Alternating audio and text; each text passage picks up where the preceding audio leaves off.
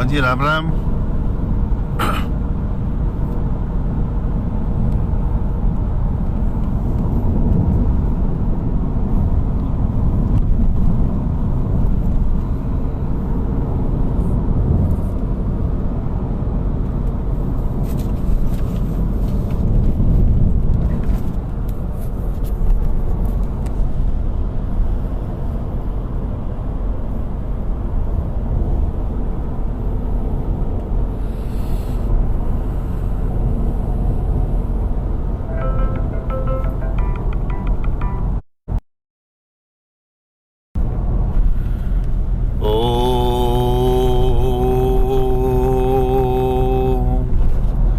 नारायणाखिल गुरु भगवन नमस्ते, नारायणाखिल गुरु भगवन नमस्ते, नारायणाखिल गुरु भगवन नमस्ते।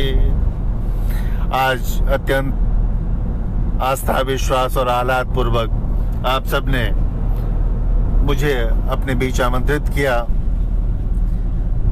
भगवान शिव की अनुकंपा के अमोघ प्रभाव से आपका सब प्रकार से कल्याण हो, सब प्रकार का मंगल हो, ऐसी मेरी शुभकामना, ऐसा मेरा आशीष।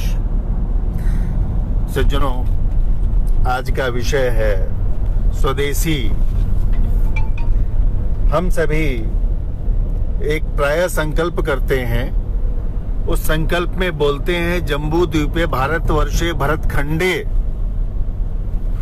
अर्थात हमारे भारत के 24 विभाजन हो चुके हैं, समय समय पर ये भारत का अंग रहे हैं। इसलिए स्वदेशी और विदेशी का निर्धारण ये एक बड़े विवेक का प्रश्न है। इस विवेक के साथ जब हम निर्धारण करेंगे तो हम ये पाएंगे कि हमारे देश ने चक्रवर्ती सम्राट दिए जिन्होंने पूरी पृथ्वी पर शासन किया है। हम व्यक्तिगत रूप से स्वदेशी के बहुत प्रबल समर्थक हैं और हमारा ऐसा मानना है कि स्वदेशी या स्वदेशी भावना हमारे यहाँ इस समय, आप देखिए कि जीवन शैली, सभ्यता, संस्कृति, भाषा, भोजन, वस्त्र, शिक्षा, न्याय, तीज, त्योहार, भावनाएं, रीति रिवाज, परंपरा, इन सब का विदेशीकरण एवं बाजारीकरण हो चुका है। ऐसी स्थिति में अब आप उदाहरण के लिए देखें कि हम लोग लाइव हैं, एक दूसरे के साथ संपर्क भी कर रहे हैं, तो वो भी आभासी माध्यम से, वैकल्पिक माध्यम से। स्वदेशी चौपाल का आशय है कि हम सभी एक विचार विनिमयवाद का जो संप्रेषण होता है, जो असर होता है, जो उसका प्रभाव होता है, वर्चुअल संवाद से नहीं हो पाता, आभासिक संवाद जो होते हैं उनसे नहीं हो पाता है। सभी का हमारा ऐसा आग्रह है कि जब हम स्वदेशी की बात करें तो हम अपनी परंपराओं और अपनी नीतियों की तरफ लौटें। आपको स्मरण होगा, बहुत से लोगों ने इस बात को कहा कि आज की तारीख में वापस लौटना संभव नहीं है, हम वापस नहीं लौट सकते। लेकिन इस कोरोना ने ऐसी स्थिति पैदा कर दी कि अब आप वापस अपनी जड़ों पर लौटने को विवश हो गए हैं। स्थितियां सभी आपके सामने हैं। हम लोग वस्तुतः पूंजीवादी दुष्प्रचार में फंसे हुए हैं। जो आज 5 दिन के, जो 1 हफ्ते का पुराना दूध होता है, उसको फ्रेश दूध कह के, ताजा दूध कह के बेचा जाता है। जिस जूस में 85% नकली फ्लेवर और केमिकल मिले होते हैं, उसे रियल जूस के नाम से बेचते हैं। जिस फ्रूट जूस में कुछ भी का नाम है बी नेचुरल, कई महीने का जो आटा होता है जो हम रखते हैं, उसको फ्रेश चक्की का आटा कह के बेच रहे हैं, जिससे सारे मिनरल निकाल दिए जाते हैं। उस पानी का नाम है मिनरल वाटर। इस प्रकार से हम कृत्रिमता में फंसे हुए हैं।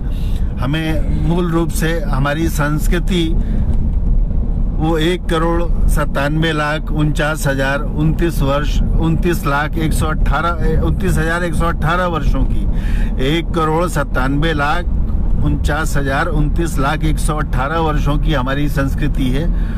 इतने समय से हम जिस वैदिक परंपरा का अनुपालन करते हैं वही हमारा आधार है। और सूरदास जी का एक भजन आपको याद होगा कि जैसे उड़ी जहाज को पंछी पुनि जहाज पे आवे। ये सनातन संस्कृति इस भाव सागर में, इस संसार सागर में एक जहाज की तरह है।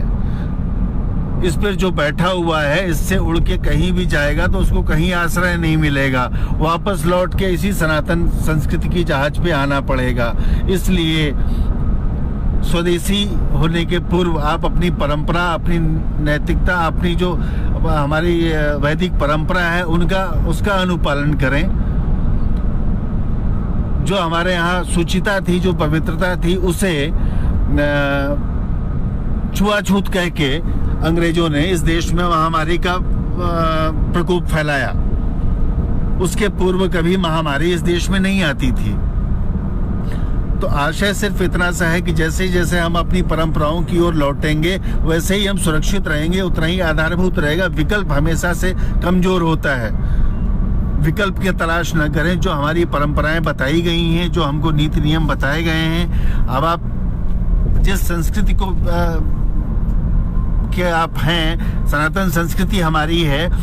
भारतीयता और सनातन संस्कृति ये दोनों एक ही सिक्के के दो पहलू हैं। जो भारतीय नहीं, जो सनातनी नहीं है, वो भारतीय होगा ये कहना बड़ा मुश्किल है, बड़ा कठिन है, दावे के साथ नहीं कह सकते। मैं इसकी स्पष्ट घोषणा करता हूं कि जब तक कोई सनातनी नहीं है तब तक उसके भारतीय होने में संदेह है, उसकी निष्ठा नहीं होगी इस देश के साथ। इसलिए स्वदेशी के पहले सनातनी बने, सनातन परंपराओं का पालन करके स्वयं अपना उद्धार करें और पूरे विश्व की मानवता पे उपकार करें। पूरे विश्व की मानवता को दिशा देने के लिए जो हमारे 7 नियम स्कंद पुराण में बताए गए, वो जो 7 बिंदु हैं उनको ध्यान से सुने। ये श्लोक इतना महत्वपूर्ण है कि इसे 2 बार कहा गया। श्लोक है, गोभिर विप्रश्च वेदश्च सती भी सत्यवादी भी अलुब्धैर दानशीलश्च सप्तै भी धारते मही। अर्थात गाय, ब्राह्मण, वेद, सती, सत्यवादी, निर्लोभी और दानशील, इन 7 लोगों ने, इन 7 तत्वों ने इस पृथ्वी को धारण कर रखा है, अर्थात पूरी मानवता को धारण कर रखा है। इनका विनाश करके हम कभी भी उन्नति और प्रगति नहीं कर सकते। ये सनातन धर्म का स्पष्ट उद्घोष है। इसका महत्व इसी बात से आप समझ सकते हैं कि स्कंद पुराण में 2 बार ये श्लोक बताया गया। अर्थात जो भी मानवता की रक्षा करना चाहता है, हम विश्व गुरु का दायित्व निभाना चाहते हैं, तो पहले हम विश्व गुरु के जो मापदंड हैं, जो हमारे नियम हैं, जो हमारे शास्त्रों ने हमको दिए हैं, जो आपके पास खजाना है, उसको तो आप प्रयोग करिए। पहले उसको अपने जीवन में प्रयोग करिए। इन 7 चीजों की रक्षा करिए, पूरे विश्व की रक्षा होगी, पूरे मानवता की रक्षा होगी। व्यक्तित्व के व्यामोह में फंसकर राग, द्वेष, ईर्ष्या, मोह, लोभ, लालच, इनमें पड़ के आप अपना जीवन स्वयं कष्ट में डाल रहे हैं। संसार को, समाज को नारकीय बना। सत शास्त्रों का अनुशीलन करें, सत्पुरुषों का सत्संग करें। संस्कृति, परंपराएं, तीज त्योहार, रिश्ते नाते, न्याय, शिक्षा, रक्षा, अर्थ व्यवस्था, जो भी हमारे सनातनी परंपरा के पद्धतियां हैं, उनका हम अनुपालन करें तो हम सही ढंग से स्वदेशी का दावा कर सकते हैं। और जब तक हम उन अर्थों में स्वदेशी नहीं होंगे, तब तक कृत्रिम स्वदेशी की बातें करना, अपने आप को भ्रमजाल में और इनको समझने की कोशिश करें। और इसी के साथ में आप अपने यहाँ भगवान की एक विशेषता देखिए कि गरीबों के बच्चे, सामान्य लोगों के बच्चे भी खुशियां मना सकें त्योहारों में, इसलिए भगवान मिट्टी के बन बिक जाते हैं बाजारों में। भगवान स्वयं सामान्य लोगों के लिए, सेवा के लिए बिकने को तैयार बैठे हुए हैं। और हमारे यहाँ हर दिवाली में परंपरागत रूप से मिट्टी के भगवान की मूर्तियां बना के बेची जाती हैं। मूर्तिकार होते हैं जो हमारे यहाँ हर देवता की मूर्ति बनाते हैं, हम उनको घर में लाके प्रतिष्ठित करते हैं, पूजित करते हैं। हमारी सनातन संस्कृति दार्शनिक, वैज्ञानिक और व्यवहारिक, इन तीनों धरातलों पर हर तरह से प्रमाणित है, सिद्ध है। और श्रीमद् भागवत गीता के 4th स्कंद के 18वें अध्याय में मानवता को बचाने के लिए पीड़ित पृथ्वी गाय का रूप धारण करके आदि राजा पृथु के पास उपस्थित होती है और उनसे कहती है कि हे राजन, कदाचित कोई परलोक में विश्वास न भी करता हो, यदि लौकिक उन्नति भी करना चाहता है तो उसकी बुद्धि की बलिहारी इसी बात में है कि वो अब वैदिक ऋषियों द्वारा बताए गए चिर परीक्षित मार्ग का ही आलंबन ले। इसी से उसकी लौकिक उन्नति भी हो सकती है। चक्रवर्ती सम्राट ने किसी भी देश को विजित करने के बाद गुलाम नहीं बनाया, वहां अत्याचार नहीं किया। हमने पूरे विश्व को एक परिवार मान के उसका पालन पोषण संरक्षण संवर्धन किया। ये हमारी दृष्टि रही है। लेकिन पश्चिम की दृष्टि में ये विश्व एक बाजार है, जबकि आपकी दृष्टि में ये विश्व एक परिवार है। परिवार और बाजार में क्या दृष्टि होती है आप स्वयं अनुभव करते हैं। आप जानते हैं कि बाजार में आपकी दृष्टि क्या होती है और परिवार के लिए दृष्टि क्या होती है। इसलिए भारतीय दृष्टि से जब देखेंगे तो पूरे विश्व का, पूरे मानवता का उत्थान भी होगा और साथ साथ अपने विश्व गुरु के दायित्व का निर्वहन भी कर सकेंगे। इसी के साथ में आप इन तथ्यों को समझिए कि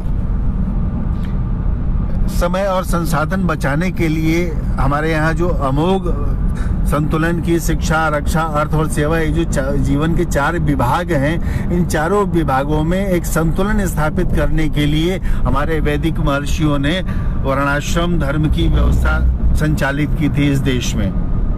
और जब तक इसका अनुपालन होता रहा तब तक इस देश को दुनिया में किसी ने देखने की भी साहस नहीं किया। इसकी ओर किसी बुरी दृष्टि से कभी देखने का भी साहस नहीं किया। जीवन के 4 विभागों से आप इनकार नहीं कर सकते। जीवन में शिक्षा जरूरी है, रक्षा जरूरी है, अर्थ जरूरी है और सेवा जरूरी है। आज की तारीख में अगर आप कहें तो स्वच्छता अर्थात सफाई कर्मी भी जरूरी हैं। अब विज्ञान की दृष्टि से अगर आप जेनेटिक साइंस पढ़ते हैं और आप जानते हैं तो आपको ये पता है कि जैसे ये 5 उंगलियां हैं हमारे, इन 5 की तत्व एक ही होते हुए, एक ही शरीर से जुड़े हुए होने के बावजूद भी इन 5 का आकार प्रकार अलग अलग साइज का है। ये भेद नहीं है। भेद सृष्टि का व्यवहार का साधक है, भेद व्यवहार का बाधक नहीं है। इसलिए इस भेद का सदुपयोग करके हम उस निर्भेद परमात्मा तक पहुंच जाएं, ये सनातन संस्कृति का संदेश है। ये भेदभाव का चक्कर चला के लोगों ने समाज को बांट दिया है। ये 4 जो विभाग, शिक्षा, रक्षा, अर्थ और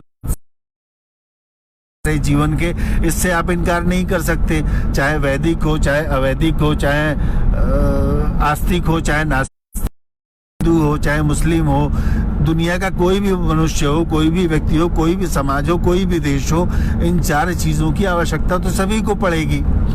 और परंपरा के रूप से यदि आप इसी काम से कर रहे हैं तो आपके जो आने वाली पीढ़ी होगी वो इस काम में स्वभाव से ही निपुण होगी। अगर कोई व्यक्ति 4 पीढ़ियों से, 10 पीढ़ियों से, 5 पीढ़ियों से डॉक्टर है तो ये उसकी विशेषता है या उसकी बुराई है? तो इस वैज्ञानिक तत्व को समझिए। हमें कोई नया विकल्प खड़ा करना पड़ेगा। शिक्षा का काम ब्राह्मणों के जिम्मे था तो परंपरागत रूप से, जेनेटिक रूप से उनके अंदर ये गुण विकास होता चला गया। रक्षा का दायित्व तो क्षत्रियों का था तो ये स्वभावतः उनके यहाँ ये गुण का विकास होता चला गया। वैश्य समाज का, जो शूद्र समाज है, जो जिसको हम लोग कहते हैं, उन सभी लोगों के एक व्यावसायिक वंशानुगत कार्य थे जिसमें उन्हें स्वभाव से ही निपुणता प्राप्त थी। हमारे यहाँ हर वर्ग की जीविका जन्म,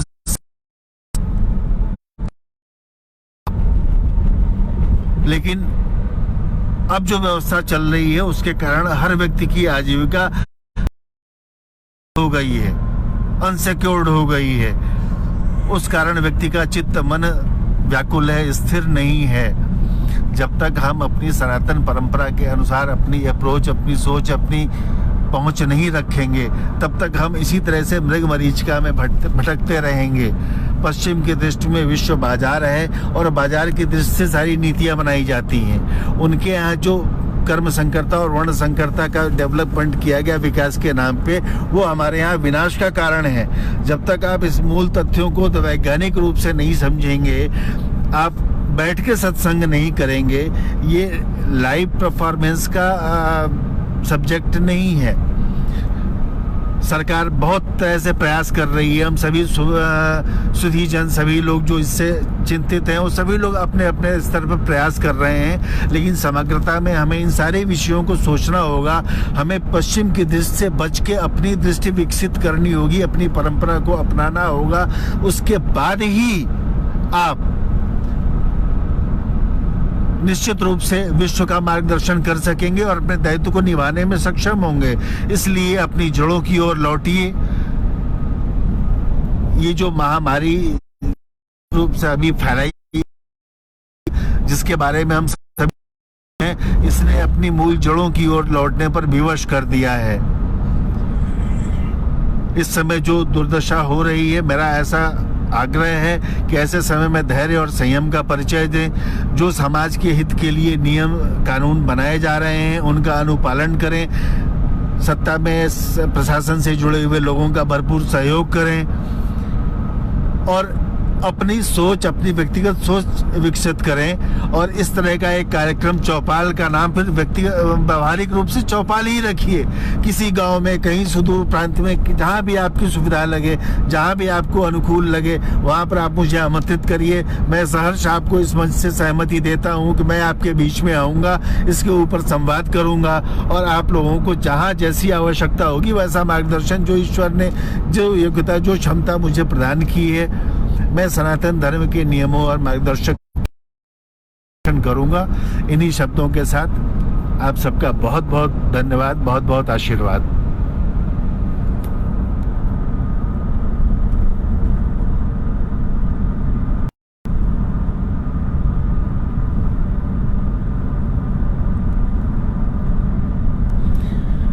मैं अभी इसको समाप्त करूं।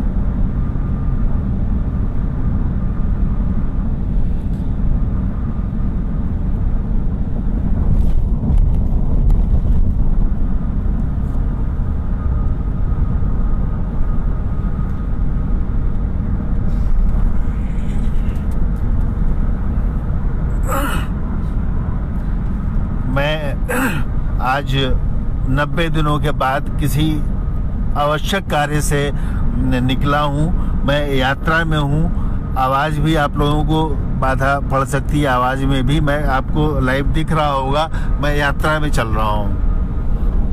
मैं चलते हुए मैंने आपको संबोधित किया, इसलिए आज की मेरी बाध्यता समझें।